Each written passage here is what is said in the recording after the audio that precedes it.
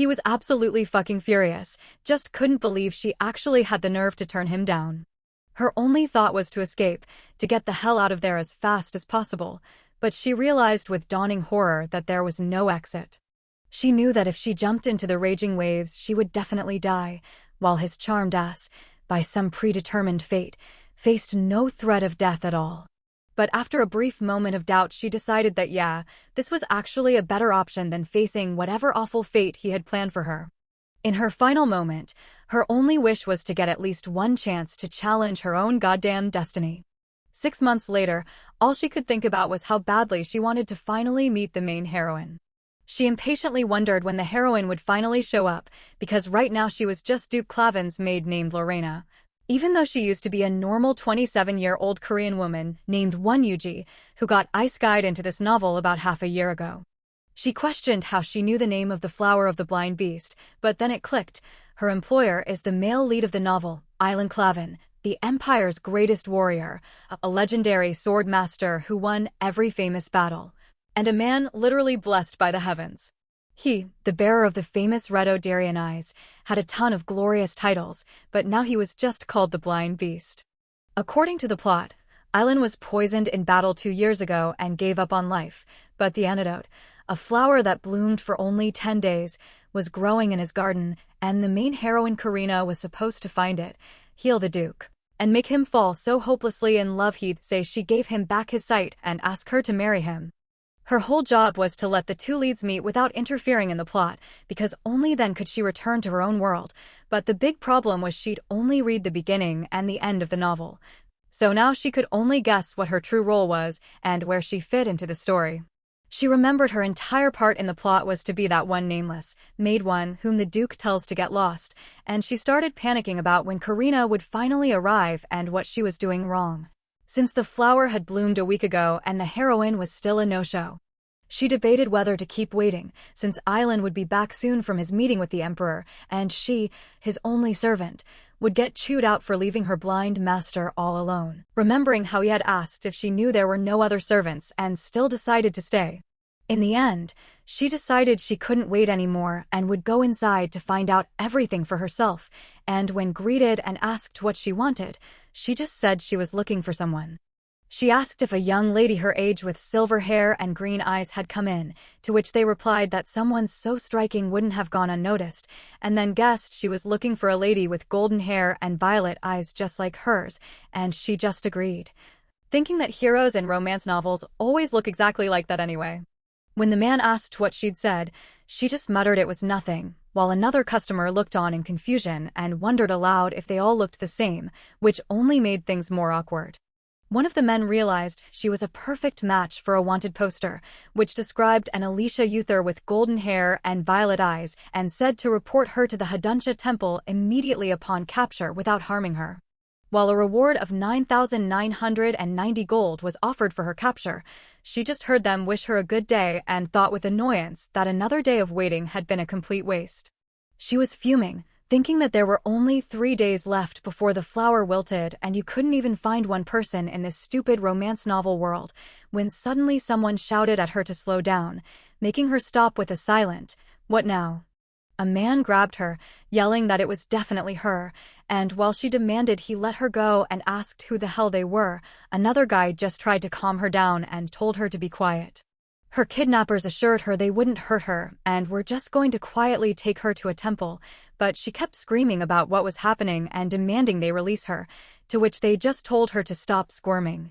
One of the men was in the middle of wondering what the hell she was hiding when his train of thought was shattered by a shout of pure disbelief. To the kidnapper's outraged question of what he was doing since they found her first, Island just coldly remarked how rudely they were handling a lady.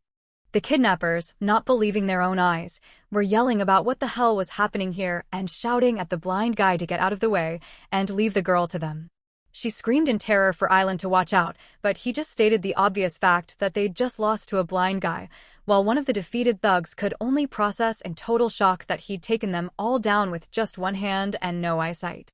Duke Island Clavin asked if she really ditched him for this, and when she tried to deny it, he reminded her they were supposed to have tea when he got back, but she wasn't in the mansion, which is why he had to go looking for her in the first place, forcing her to apologize. He noted it was way too dangerous for her to be walking around alone, and while she was mentally calling out his hypocritical ass for doing the exact same thing and being so informal, he asked if this was the cafe she was trying to get to. He confirmed this was the Cardinal Cafe and suggested they have some tea since they were already here, an offer she jumped on with obvious delight and enthusiasm. She was internally celebrating that her little scheme had finally worked and that maybe, just maybe, they'd even run into Karina, while he was just clarifying if she wanted the same tea and chocolate that he was getting. She confirmed her order and asked how his visit to the palace went, all while admiring how insanely handsome the main character was, and he just replied that the emperor had something urgent to discuss with him. She was thinking this was the first time she'd seen him in his official uniform and that he looked incredible in it, right before he casually explained that the emperor was talking to him about the need to get married, which made her ask in total shock if he was serious. She asked who the bride was, to which he replied that he had no idea and it would probably be whoever the emperor chose, and this news made her leap to her feet shouting about what a stupid idea that was. In response to her yelling again that this was all just stupid, he just looked confused and calmly asked why exactly she thought so. She passionately explained it was stupid because you're supposed to spend your whole life with your wife and you need to have feelings for each other, so he should marry someone he loves with all his heart like Karina. And after picturing them as a happy couple, she insisted on her point, to which he just quietly asked if she really believed that. Of course she confirmed it, since a marriage without love is a depressing event and besides, she was desperate to get back home, but he asked her to be realistic about who would want him, because even with an imperial order, a blind husband is nothing more than a burden. She told him not to talk like that and swore he'd meet his soulmate or she'd find one for him herself, and he thanked her for the offer but noted that he could feel people's eyes on them right now and wondered if they came here just to gawk at him. He muttered that he knew they shouldn't have sat down for tea, and she immediately declared it was all her fault because she stands out so much with her red hair, blue eyes, and dark skin, which basically makes her look like the South Korean flag. A comment that left him completely baffled. He asked what the hell a Korea was, but did agree that her appearance was unusual, to which she exclaimed that's exactly what she meant, and then he asked if he could touch her, which totally caught her off guard and made her ask him to repeat himself. He explained that he got curious because she herself said her features were unusual, and she immediately started to panic, worrying he'd realize she was lying since blind people supposedly have a killer sense of touch.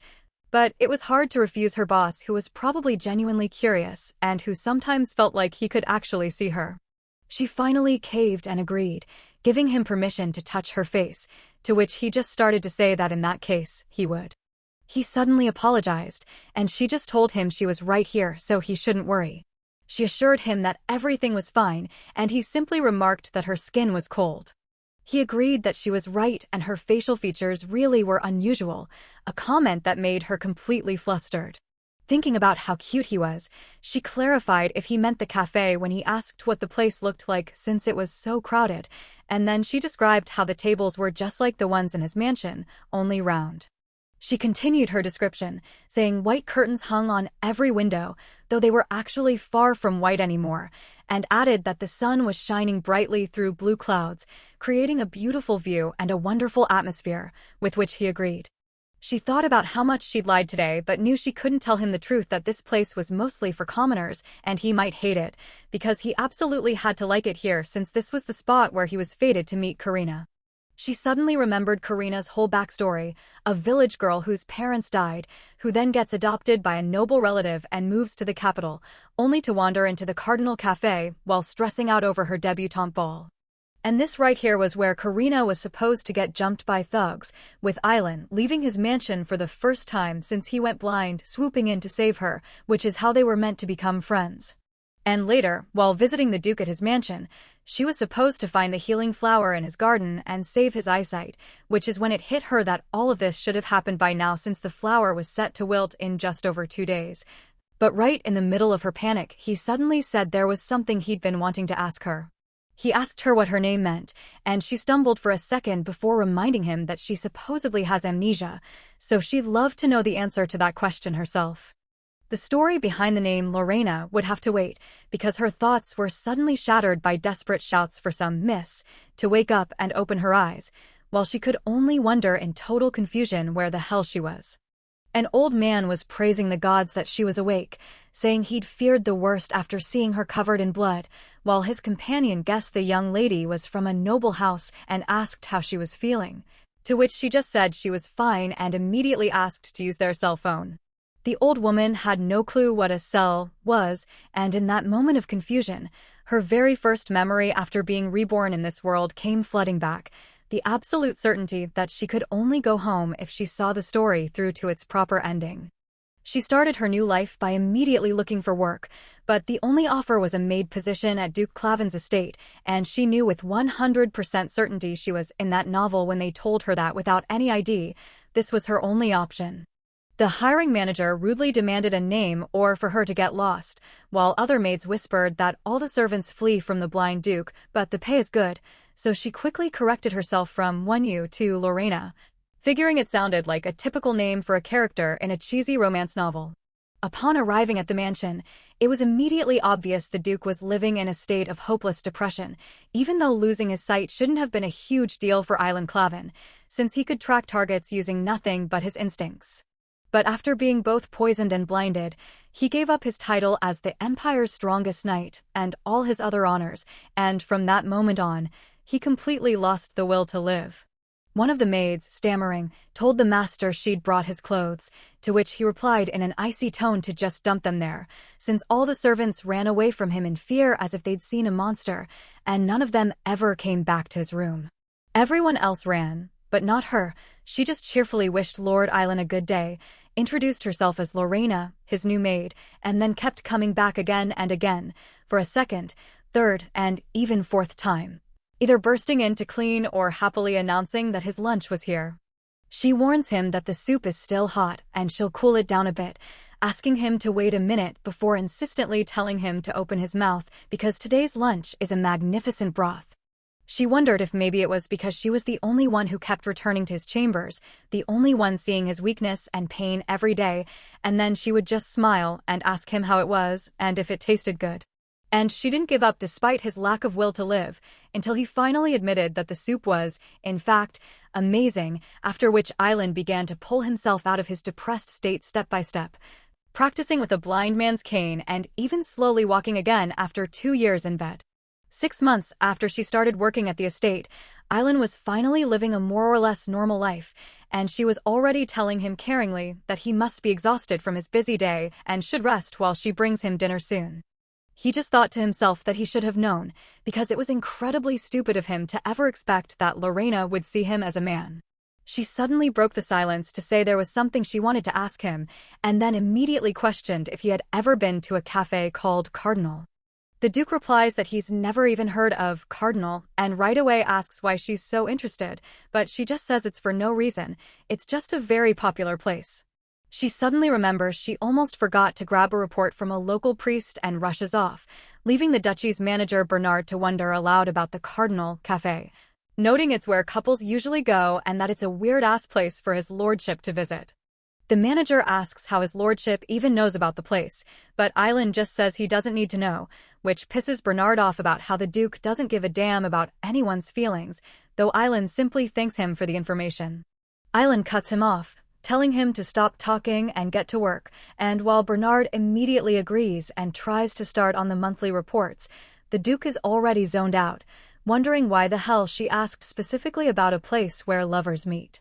A desperate sliver of hope flashes through his mind. What if Lorena wants to go to a romantic spot like that with him? But he immediately shuts that thought down, mentally calling himself an idiot. The bitter idea that Lorena could never love someone like him crosses his mind, but at that exact moment, her voice softly cuts through his self-torture, promising that she's right there. She keeps trying to calm him down, assuring him that everything is fine, but all he can think about is how Lorena is out there living a full life while he just sits around building stupid illusions and then getting disappointed by them. He bitterly concludes that it's no surprise she doesn't see him as a man, after all. He's just a helpless blind guy, but his thoughts are cut off by Lorena's voice announcing it's time for dinner, to which he just gives her permission to enter in a steady tone.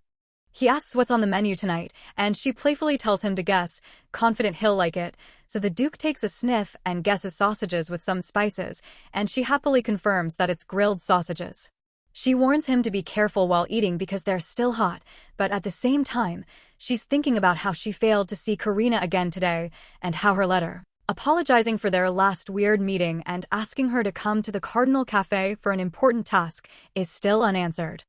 The girl figures that if she were in Karina's shoes, she probably wouldn't have answered such a strange invitation either, but she's still a little sad about it, until the Duke interrupts her thoughts by asking what's bothering her since she's sighed like 10 times today.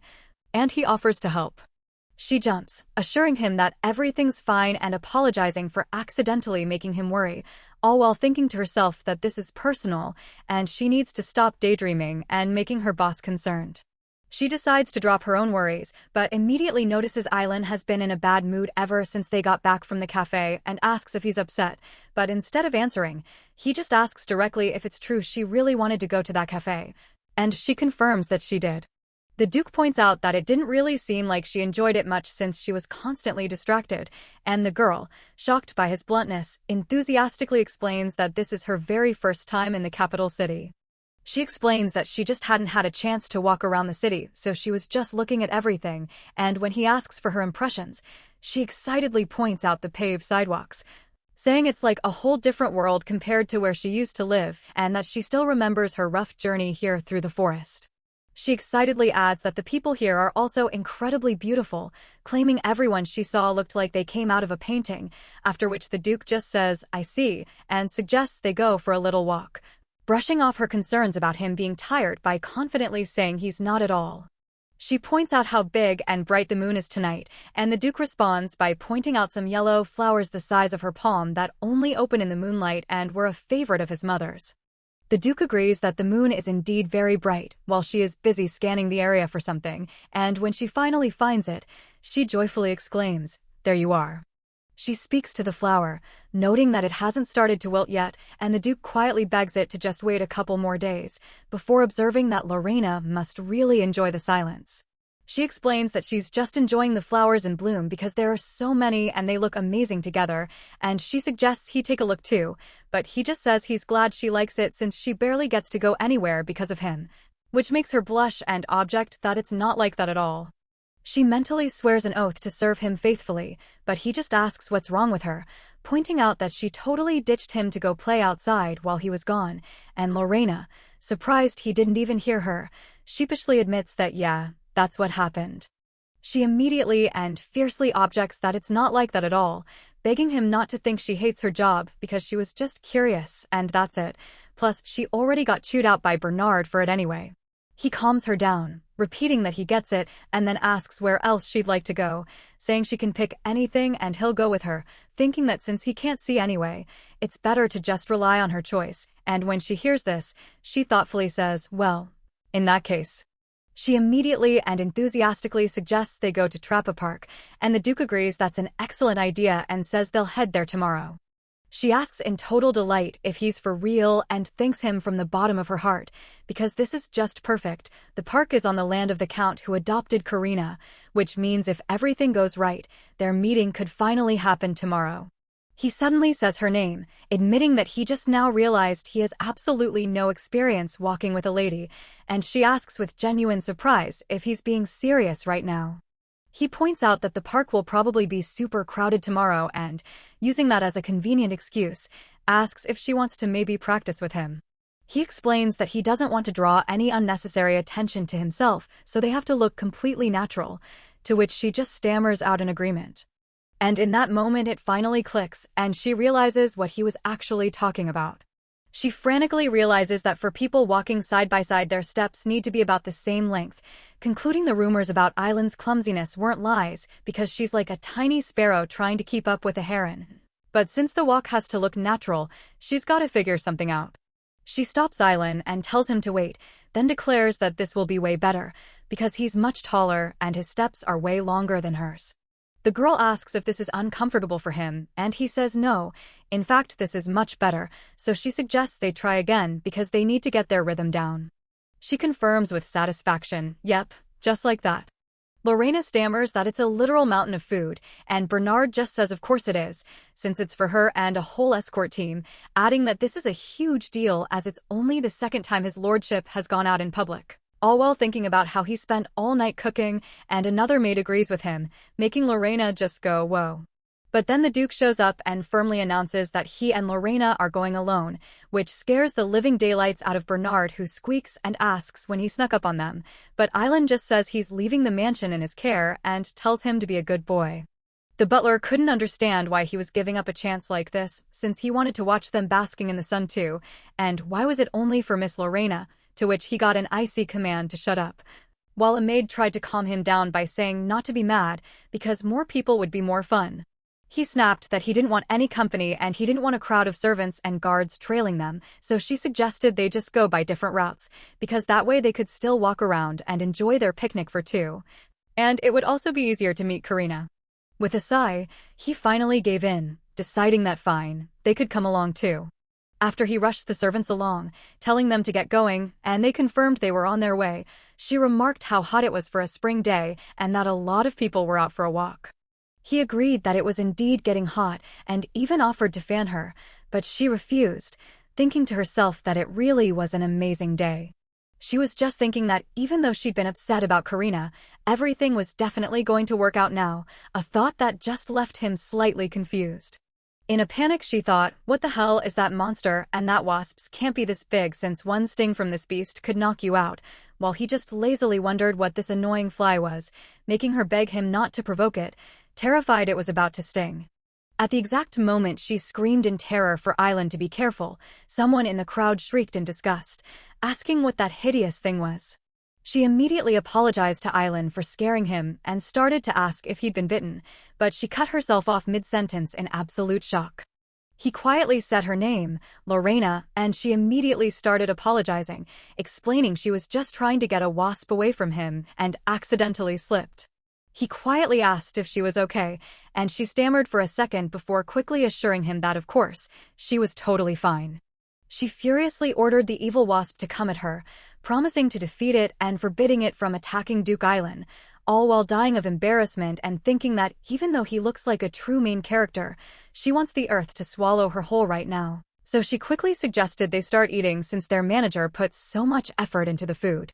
After he mentioned that eating without a table felt kind of awkward, she showed him a sandwich and explained how to hold it so he wouldn't make a mess, and then the scene suddenly cut to the Harrington estate. She introduced herself as Lorena Hara and said she wanted to talk to Lady Karina, and when a maid told her to wait a minute, Lorena started to worry if they'd even let her in without any ID, since the picnic took way longer than planned and now she was super late. While waiting, she remembered telling Island she was just going to a dress shop and would catch up, rejecting his offer to come with her because then everyone would think they were a couple and he, a grown man, wanted to follow her around like a puppy. But then a man interrupted her thoughts, asking if she was the one who wanted to see Lady Karina, to which Lorena said yes, lying that she owed Karina a great debt and was sure she'd be happy to see her.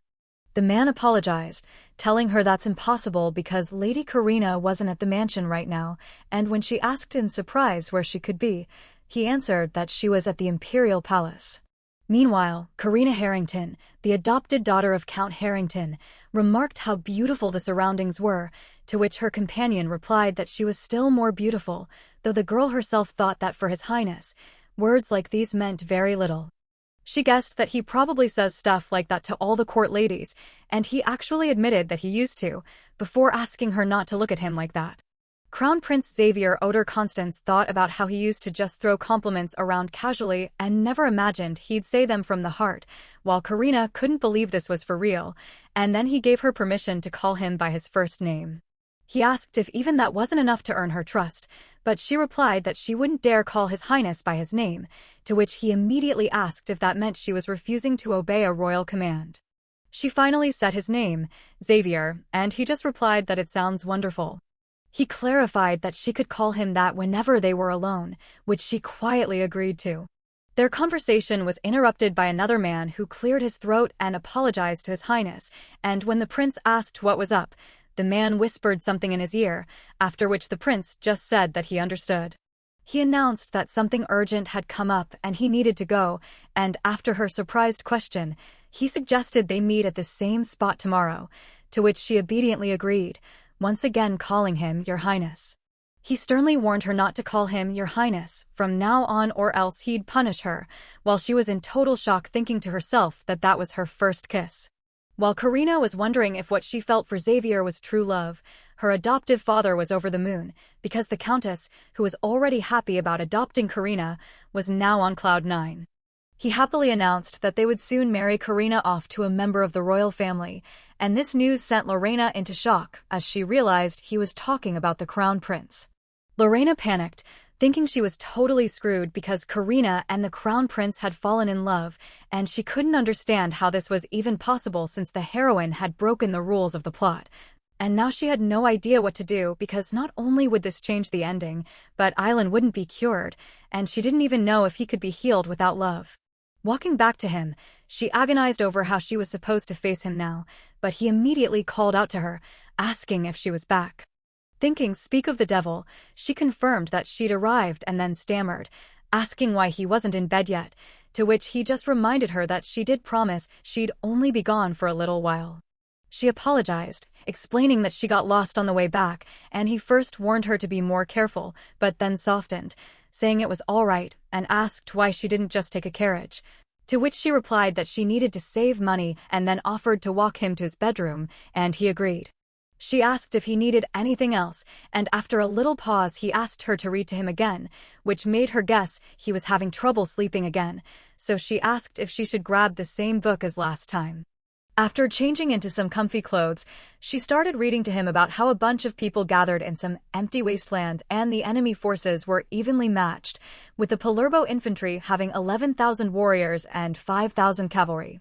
She kept reading, stumbling over words about artillery installations, cannons, and 600 of something, until her voice just faded out completely, and that's when he called out her name. He looked over at her and just thought to himself that she must be completely exhausted from the day they'd had. He listened to her sleeping and thought about what a pleasant and peaceful sound her breathing made. He remembered how she was worried that if she showed up with a guy at a women's dress shop everyone would assume they were a couple, and how she later insisted he'd already spent way too much time in public and that it was time for her to go back. He started wondering if she was ashamed to be seen in public with him, and in that exact moment, he accidentally brushed up against her. He thought about how a simple touch required a massive amount of courage from him, while for her, he was just a blind guy she had to lead around, and that feeling sometimes tore him to pieces, making him doubt if he could ever even be with her. Hearing a knock, he gave permission to enter, and Bernard appeared in the doorway, judgmentally noting that his lordship was at it again, to which Island just asked what he was doing here so late. Bernard explained he brought tea just like he was asked to if the light was still on, adding that his lordship was lucky there were no other servants around, because if rumors started spreading about a maid sleeping in the master's chambers, they'd both be in deep trouble. Bernard declared that his lordship knew this perfectly well and suggested he just make her his favorite concubine, which pissed him off, but the butler just kept going, saying she's just a servant with no family name and to noble lords. Girls like her are nothing more than slaves. In an icy tone, he ordered Bernard to shut his mouth and to never dare say anything like that again, warning him that he didn't care who Bernard was to him, he would not forgive something like that. Bernard admitted that he understood and had crossed a line, while Island silently apologized in his head. He thought about the suggestion to take Lorena as his mistress, but then bitterly concluded that if you could solve everything like that, life would be a hell of a lot easier. The scene cuts to the Crown Prince's chambers in the Imperial Palace, where his aide asked if these were the people mentioned in the report, and he got a yes in response. An elderly couple stammered that it was a great honor to meet His Highness, but he just told them to raise their heads. The Crown Prince said he wanted to ask them a question, and his aide clarified that he was told they were familiar with the woman in the portrait, which made the old woman start mumbling something. They stammered and confirmed that they had seen her about 6 months ago, and when the prince asked where she was, they said they had no idea, because they just pulled her out of a lake and let her crash for a couple of days. But she didn't stay and headed off toward Kruger Castle. The man finished his story by saying they hadn't seen her since, to which the Crown Prince's aide threatened to have their heads cut off if they were lying, but the couple swore in terror that they weren't lying and wouldn't dare speak falsely in front of His Highness. The aide calmly reports that they've been very helpful and can go now, but when His Highness asks what should be done with them, the aide gets annoyed and asks if he really needs to explain every little thing. The prince orders it to be done without any noise, and after getting a submissive "yes, sir," he confirms in his thoughts that Alicia did survive after all. He resolves firmly that this time he will definitely find her, because Oder isn't just the name of the first emperor of Constance, but a divine title for the line of succession. According to a legend passed down for centuries, when the first emperor died he ascended and became a god, proclaiming that from now on, in every generation of his descendants, a child would be born who looked just like him. With that revelation, he left the mortal world, and ever since, children born into the ruling family with black hair and scarlet eyes have been called descendants of the god Oder, because they weren't just different in appearance, their bodies surpassed human limits. They were masters of the sword, and they aged so slowly it was almost unnoticeable. They aged so slowly it was barely visible and were resistant to diseases and poisons, which is why nobody could have imagined the shitty fate that awaited the young descendant of Oder when the order to attack was given. Suddenly a scream about poison ripped through the air with a warning to be careful, but all he could think about in sheer horror was his eyes. Someone screamed his title in a panic, and then another voice frantically asked what had happened to him and demanded someone get a doctor immediately.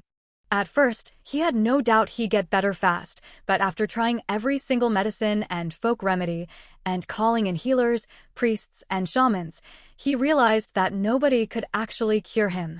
He couldn't live like this anymore and wanted to end his own life, but he just couldn't die, which led to his doctor tying him to the bed every night so he wouldn't hurt himself. And he started to feel sorry for his faithful servant who'd traveled halfway across the world looking for a cure. He stopped trying to die, but he didn't want to live either, and that's when rumors started spreading through the capital about a beast howling horrifically at night in the Duke's mansion, a nightmare that he woke up from in absolute terror. He wondered how long he'd been out, because it felt like he had only just fallen asleep and had that same nightmare again, and then he noticed Raeliana was still sleeping peacefully right next to him. He silently thought her name, while she started waking up, trying to figure out where the hell she was, and when she heard his calm "good morning," she realized in a complete panic that she was in Island's room. She stammered a good morning back to Lord Island and asked how he slept, to which he said not great since she's a restless sleeper, and she apologized, exclaiming that he should have woken her up, though he just thought to himself that he tried, but she just rolled over. While she was mentally kicking herself for managing to fall asleep in the same bed as a man who already has a lover. She announced that she was leaving now, but he stopped her by calling her name, and when she turned back to ask if he needed anything, he just silently wondered what kind of expression she was making right now. She asked him what he meant about her expression, and then he wondered if she was flustered and if her cheeks were red, which just made her let out a confused noise while thinking that she was already embarrassed out of her mind, and now he was asking questions like that. She mentally objected that her cheeks were more of a dark chocolate color, and after telling herself to get a grip, she quickly said goodbye and told him to call if he needed anything. As she ran out of the room, she mentally called herself an idiot for not going back to her own bed, because she knows damn well that you're supposed to keep boys and girls separate after the age of 7, even if she was dead tired from looking for Karina all day. She decided there was no time for regrets, because if Karina had already fallen for the crown prince, then she'd never get the right ending, since as far as she could remember, he was the second male lead in the novel, and every illustration of him basically screamed, "I'm going to end up with nothing." But then she remembered that in the original story Karina paid him absolutely no attention, and she started to panic, wondering if this happened because they met earlier than they should have, and then questioned if she could still fix everything by getting her together with Island now. She comes to the conclusion that since they're the main characters there has to be some way out of this, but then she stops herself to think about what exactly was wrong with that crown prince anyway. It suddenly dawns on her that he's the secret villain, and she can't believe she forgot about it, but since she can't remember what happens with him anyway, she decides to forget about the prince for now and focus on Island. Now in Count Harrington's reception room, she's just hoping everything will somehow work itself out, happy that Bernard gave her the day off so she could finally meet Karina, even if she had to lie about going to the dress shop again because she couldn't pick a style. Yesterday. She watches in surprise as Karina takes a tray from a servant, insisting that she carried trays all the time in her village and telling the maid to go about her business, because she'll take care of the guest herself. Karina comes over and asks if she'd been waiting long, and while Lorena is just thinking about how this is her, the main heroine, Karina guesses that she must have been surprised by the sudden visit, to which Lorena says yes, but she was also very curious. Karina gets straight to the point, stating that Lorena had called herself her debtor, and Lorena just confirms it while thinking to herself in surprise that she has absolutely no memory of doing that. Karina, saying Lorena's name, feels bad that she can't remember her even though she came all this way, so Lorena tells her to try and remember a fortune teller she met in the town square. In response to Karina's surprised question about whether they're acquainted, Lorena, while thinking to herself that she's just spitballing a random character, replies that the woman was her grandmother who had dementia, which is why she often wandered from home and the people around her were scared of her. Lorena explains that the day before her grandmother died, she told her all about how Miss Karina gave her 3 silver coins for food, and her grandma, touched by this kindness, decided to repay her by predicting her future.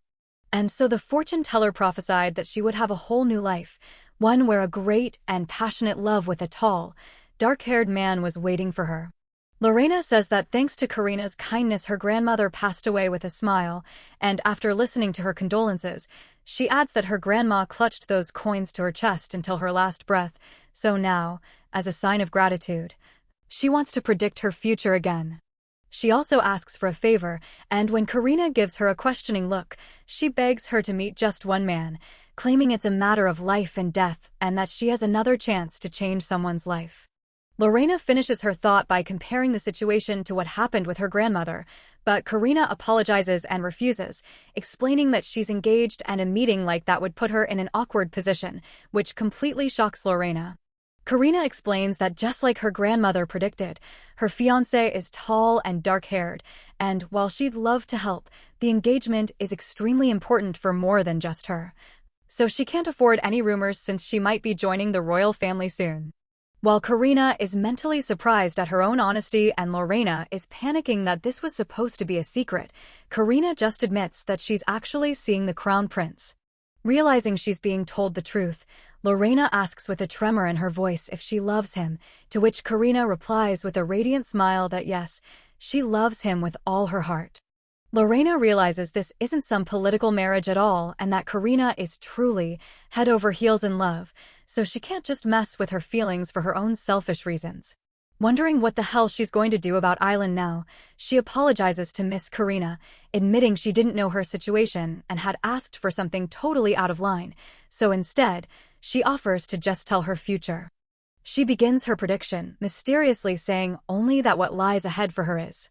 Karina thinks to herself that these words are very different from the last prediction, which was so easy to believe, and at that same time, out on the street, a man stops Lorena to tell her she dropped her handkerchief, for which she thanks him. Karina remembers the first time she met him when she was accompanying the Countess at the palace, and he said her name, Karina Harrington, and called it strange, to which she could only apologize. He explained that what was strange was that he hadn't heard her name before, because there's no way he could forget the name of such a lovely girl, and in that instant she knew this was it, the fated meeting the old woman had prophesied about.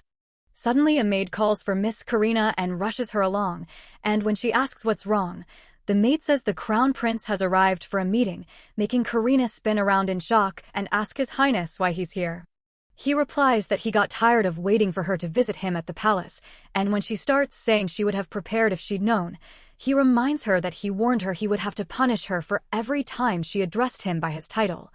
which makes her ask in confusion what punishment he means. He gently touches her face and, as he leans in to kiss her, he quietly says that this is his punishment.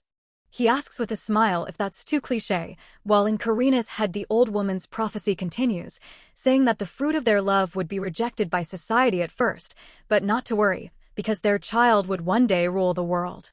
The memory of the prophecy continues with advice to listen to her heart and to take everything that fate offers, because if you think for too long you might miss your chance, and the call of the heart will always lead to a better destiny.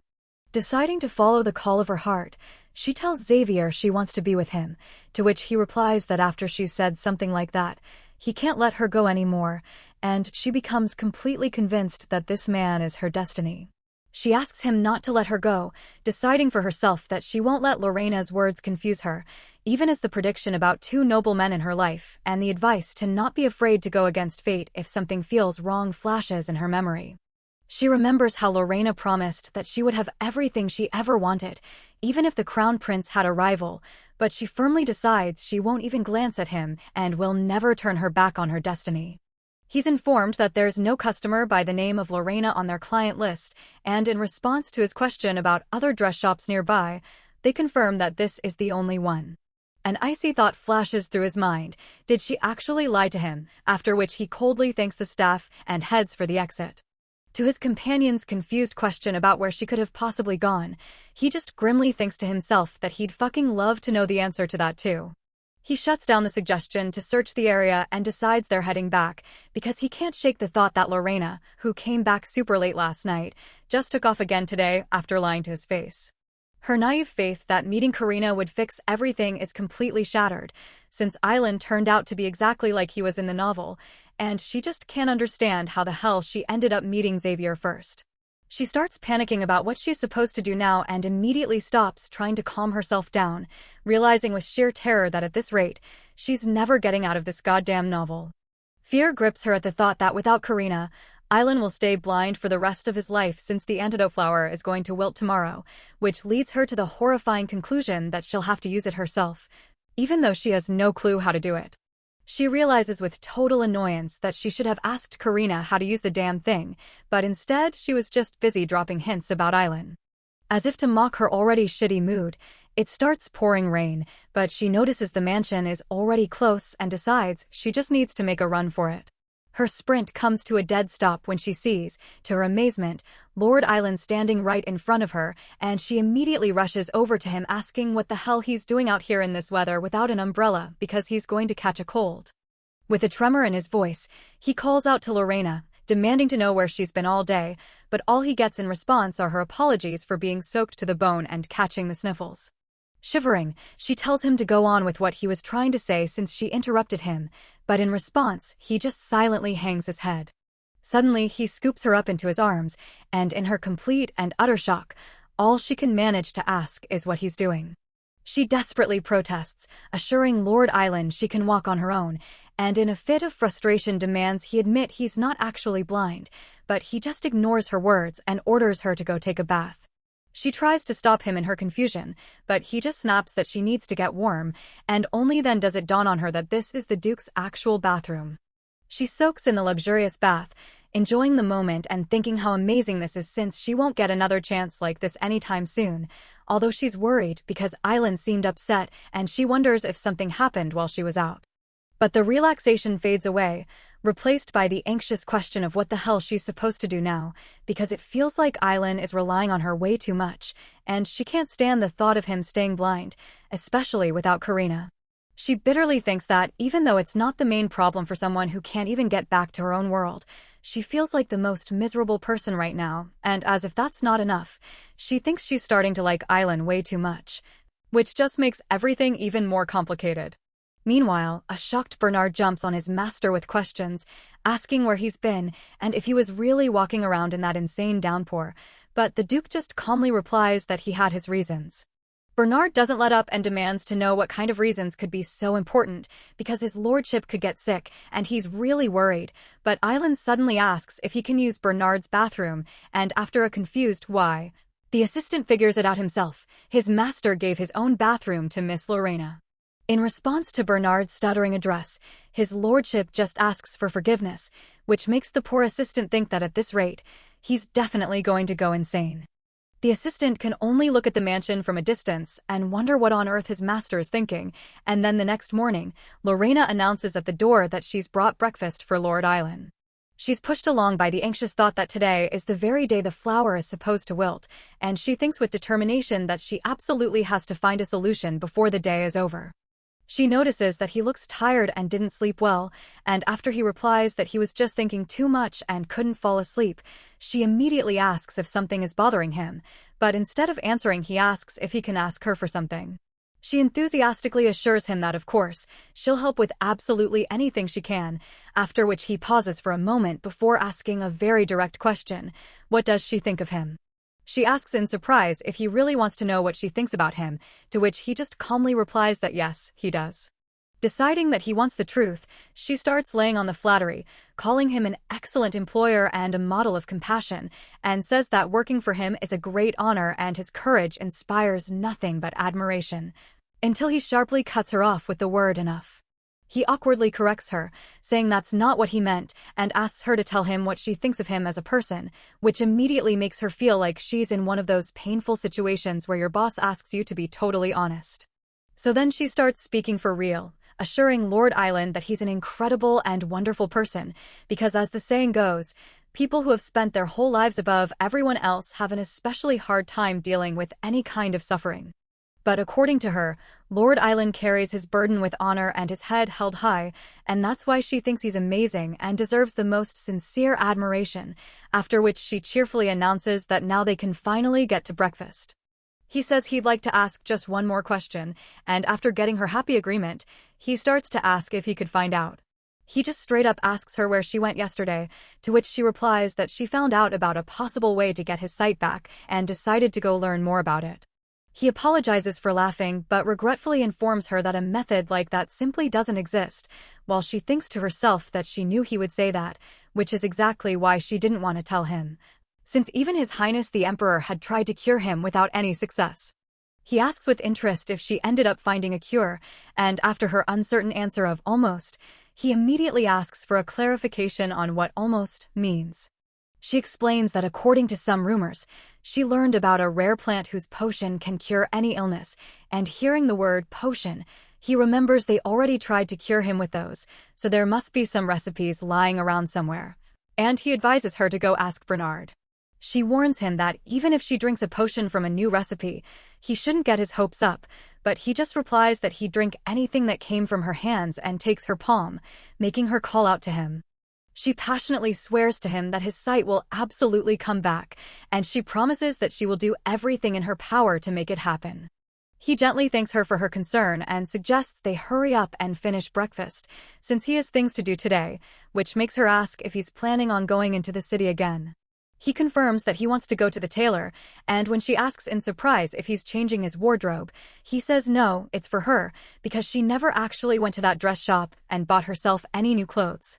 She starts to object, assuring him that she's more than happy with her working conditions and a new dress is way too much, but he stands his ground, stating that he was told she only has one outfit to go out in and that damages his dignity as a nobleman. She admits she hadn't thought about it like that and agrees to go after breakfast, while he just thoughtfully repeats her words, good working conditions, to himself.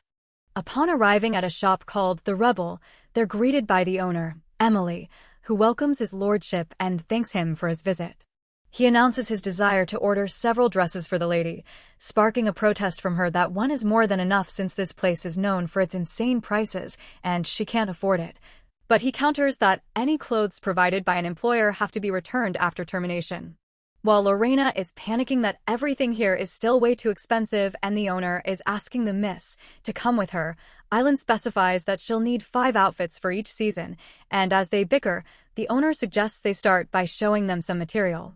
He drags her along with him, declaring that they'll take her measurements first and start with the spring wardrobe, and despite her protests, he tells the owner that all the fabrics feel very high quality, so he's just taking everything they have. While she's thinking this is way too luxurious, and the owner is thinking it looks great on her. A man who suddenly appeared remarks with a smirk that he never expected to find a blind man in a place like this, and Island immediately recognizes the voice as Xavier's.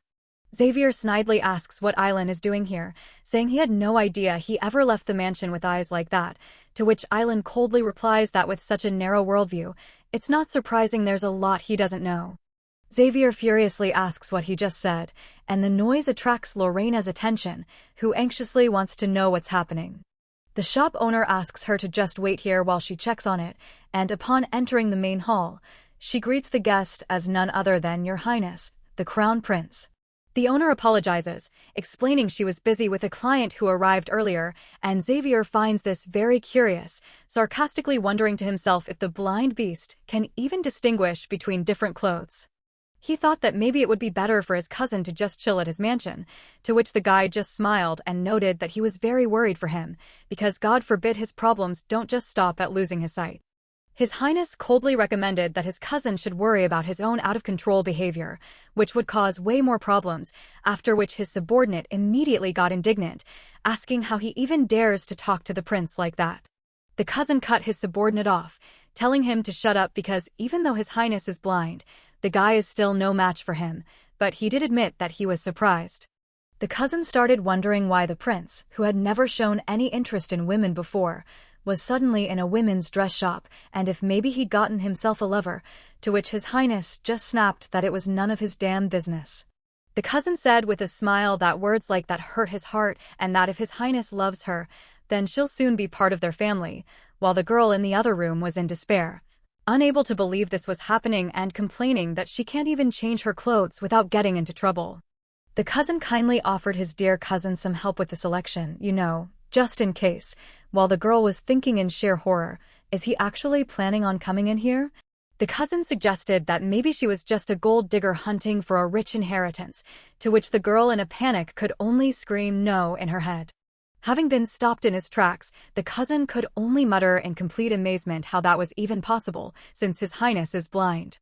His Highness explained with a smirk that movements that slow are easy for even a blind man to anticipate, after which the enraged cousin furiously grabbed him by his clothes. While the people around them started whispering about whether this was a fight and if his Highness was involved, the prince announced that he was leaving and turned to walk away.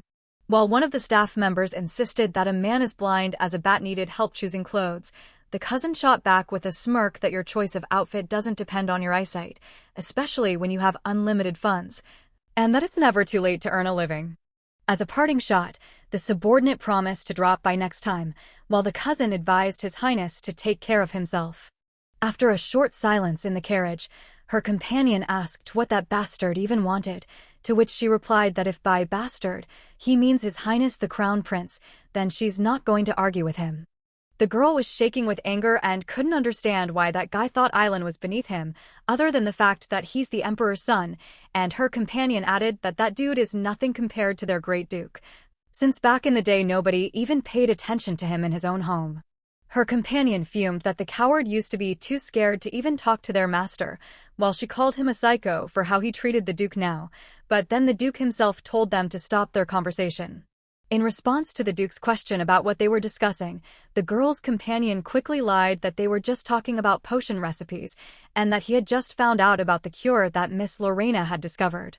The Duke noted with a smirk that they must really take him for an idiot and advised them not to badmouth the royal on his account, because insulting the royal family is a serious crime, so it's better to just forget the whole thing. Lorena grumbled like hell, while her companion declared that they are subjects of the great Duke, and the girl herself exclaimed that if she'd been dressed, she would have totally kicked his ass, with which her companion immediately agreed, certain that she would win. The Duke, from inside the carriage, asked Bernard what all this news was, and if he really thought that he didn't have hands of his own. Bernard noticed that the downpour had started again and was about to go get an umbrella, but the Duke told him to forget it, since Lorena got completely soaked yesterday and it's better for her to stay put too. To which Bernard agreed and promised to be right back.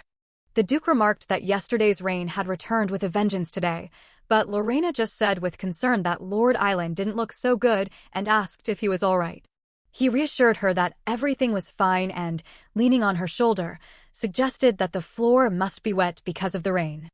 The Duke explained that he didn't mean to lean on her and that he just slipped, while at the same time she was given a message from his lordship saying that he was going to bed early and she was free for the rest of the night. While one of the people present thought about the Crown Prince, Lorena was mentally seething with rage, wondering if he was dropped on his head as a child and how that damn arrogant prick could possibly be the heir to the empire.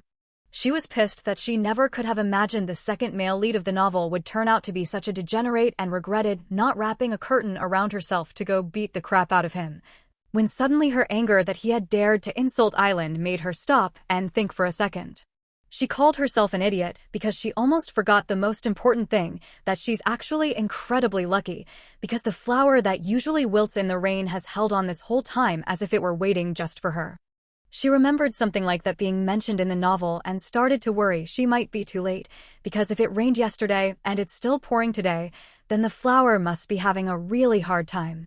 She firmly decided that she had to help, but when she found the flower, she saw that it had already started to wilt. Seeing the flower's glow starting to fade, she told herself no, it's way too early to start crying. With the desperate thought that she had to help Aileen, the girl realized she needed to make the potion right away and that she didn't even have time to light a proper stove.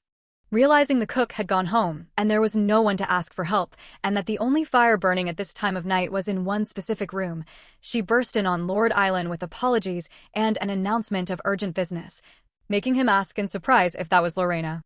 In response to his confused question, she just declared that she'd do anything to make this potion and that she simply needed to use his fireplace. She anxiously wondered if this was even going to work and immediately started kicking herself that she should have studied the topic more carefully, since she barely knows how to brew herbal potions, and why after relying on others for so long she suddenly felt so damn anxious. To his question about whether she was going to explain any of this, she turned to Lord Aileen, apologized for bursting into his room, and said she just wanted to make a potion out of that herb she'd mentioned before. She bitterly suggested that she'd probably just screwed everything up, to which he knelt down beside her and pointed out that she didn't know that for sure yet. She begged him not to drink the potion, but he argued back, asking how he could possibly throw away the fruits of his faithful companion's labor, and when she admitted she didn't even know how to prepare it, he asked if that meant she was disobeying a direct order from her employer. He gently said that she was doing all this for him, so she should go ahead and pour her potion. While she was thinking that the potion looked disgusting and must taste even worse, Lord Aileen took the cup and drank the whole thing, making her cry out his name. She panicked, exclaiming what was he doing and what if she'd brewed it all wrong, but he just assured her it was okay, because he already told her he was ready to accept anything from her hands, even though she continued to have her doubts. With a warm smile, he added that just the fact that she was trying so hard for him was more than enough. She promised that she would absolutely find a better medicine, certain that one exists, to which he just smiled and replied that he would look forward to it. The cousin mentally cursed, calling Aileen a bastard, because that damn smile never left his face. He just couldn't deal with how he dared to be so happy and let out a scream of pure agony. He remembered how he always loved his sky blue eyes, since the sky rules over everything and the color suited him like no one else, but the true descendants of Odor were actually supposed to have scarlet eyes. And that's why ever since he was a child he was considered an outcast and a kid who wasn't recognized by the gods, because a crown prince without scarlet eyes was a disgrace to the dynasty. Everyone around him couldn't understand how a descendant of Odor could be born into a side branch of the family for the first time, and what would happen to their prince now, and his own world shook and collapsed on the day that Aileen Clavin, the child who inherited the gaze of Odor, was born. The courtiers convinced His Majesty that he, more than anyone, knew that the next heir to the throne should be Aileen Clavin, because thanks to the blessing of the gods he wins every single battle, and therefore he must be adopted and made the heir. They begged him to listen to his old subjects and protect the greatness of the empire, but he himself considered the whole thing to be nothing more than a half-forgotten legend. He thought about how they were planning to choose an emperor based on a legend, even though he was the direct descendant, and remembered how his mommy used to pity her little boy Xavier, because she never wanted him to be born with those cursed eyes. He wondered why the hell he even blinded him then, because he practically ground him into the dirt, but he still managed to rise up even from that damned blind beast. His Highness asks if his subordinate is present, to which the man clarifies if he was summoned, and he immediately gets an order to find out everything about the new lover that Aileen seems to have. The subordinate coldly assures him that it will be done, while his master, now left alone, wonders with great interest who this girl could possibly be. He drinks with the firm conviction that the other man has absolutely no right to be happy, and this very thought causes him an unbearable, gut-wrenching pain. A servant bursts into the room in a panic asking His Highness what happened, but all he can do in response is scream in agony about his eyes. The girl realizes in horror that the person suffering is Aileen, while her companion desperately screams for Miss Raeliana to hurry up and bring the rest of the painkillers. And all she can think in shock is that this is the first time she's ever seen him in this much agony. The girl agrees fearfully to help, all while the horrifying thought that her potion might have caused all of this drills into her head. The man notes that the sleeping medicine will help his master get some sleep for a little while at least, and then he turns to Lorena with a serious look on his face and states that they need to talk. He offers her a seat, guessing that she must have been really scared, and after she timidly agrees and suggests that he must be frightened too, Bernard calmly replies not at all, because this kind of thing happens pretty often. Lorena is surprised to hear him say this happens often since she's never seen anything like it before, but Bernard just explains that's because this whole thing started long before she ever appeared here. He explains that they've tried every possible cure to get Lord Island's sight back, but for some unknown reason, he always feels unbelievable pain during any treatment attempt, screaming like a madman every time, which is how the nickname Blind Beast didn't just come from nowhere. Bernard finishes his story by remembering how his master, in his despair, even tried to scratch his own eyes out, which is what really earned him the Blind Beast nickname, because by the time Lorena got here, he had already lost all hope of being healed. His words about not getting her hopes up but being willing to drink anything from her hands flash in her memory, and she realizes with horror that unlike her, who had no idea about the consequences, Lord Island knew perfectly well that terrible pain was waiting for him. While Lorena is freaking out about the fact that he drank the potion knowing the consequences and trusted her so much he didn't even ask about the ingredients, Bernard tells her not to blame herself since she was acting for his lordship's benefit. But then he immediately asks what exactly she gave him. To her uncertain answer that she doesn't really know what it was herself, Bernard absolutely explodes, asking in disbelief how she could give his lordship a potion she knew nothing about and what on earth she was thinking. She tries to defend herself, assuring him that it was a medicine they hadn't tried yet and she just can't remember the name, but Bernard furiously screams about how she could give Lord Island a potion with a name she couldn't even recall, while she mentally admits that she totally gets why he's so angry. Bernard demands that she at least tell him where she found out about the potion, but the girl just apologizes and says she can't do that, because even if she explained, nobody would believe her. He warns Lorena that if she keeps this up she's only going to look more suspicious, and even though he knows that up until now she's cared for his lordship like no one else, it now seems like it was all just an act to hurt him, to which she cries out that it's not true. Bernard declares that they will discuss her fate with the master after he wakes up, but for now he asks her to stay away from his lordship's chambers, and the girl just confirms that she's ready for that. He says that he'll watch over the master, and she just has to wait for their decision, and after Lorena obediently agrees, she's left alone with the thought of what a complete idiot she is. She kicks herself for not talking to Bernard before doing anything, because of course she made herself look suspicious, especially since Lord Island has been targeted by poison attempts before, and even if there's a chance he wasn't just suffering from the medicine, the whole situation is still awful.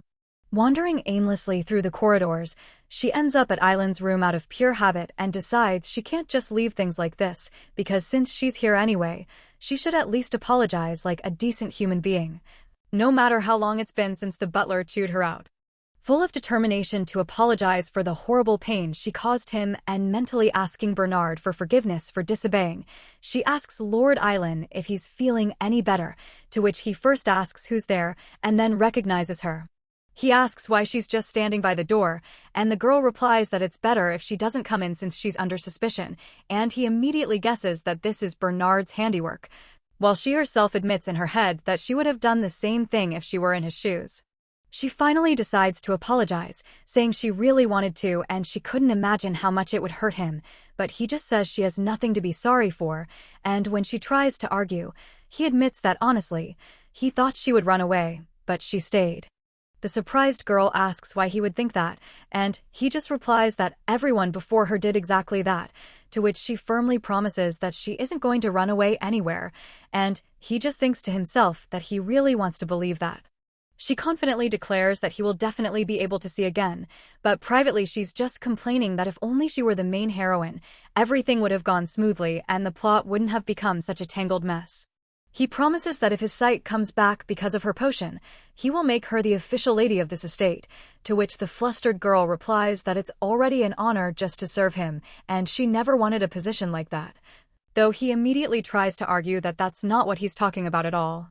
In a panic, she mentally apologizes, worried that he's still in pain, and deciding not to bother him anymore so he can get some rest, she quickly leaves, leaving him with the lonely thought that she ran away, just like they always do. He's surprised that he still has the strength to smile in the middle of all this agony, even though laughing is totally inappropriate for the situation. But more than that, he realizes that he's feeling hope for the very first time. He thinks to himself that he's putting all his faith in Lorena, and at that very moment, the scene cuts over to the estate of Count Harrington. Miss Karina immediately jumps on her maid with questions about how everything went and if she found out what she was asked to which the girl just replies that His Highness the Crown Prince was too busy today. She insistently asks if he didn't even send a note, and in response to the maid's no and her concerned question about how she's feeling since she looks unwell, the maid lets out a scream of horror when she sees the state her mistress is in. She's being torn apart by thoughts of how he could do this to her, because after they spent the night together, he's been avoiding her for 4 days now and hasn't said a single word. Trying to convince herself that she's just overthinking things and that he really is busy, she ignores the maid's question about if she can even get up and instead orders the carriage to be prepared, shocking the poor girl with her sudden command. With cold determination, she announces that she's going to the palace right now.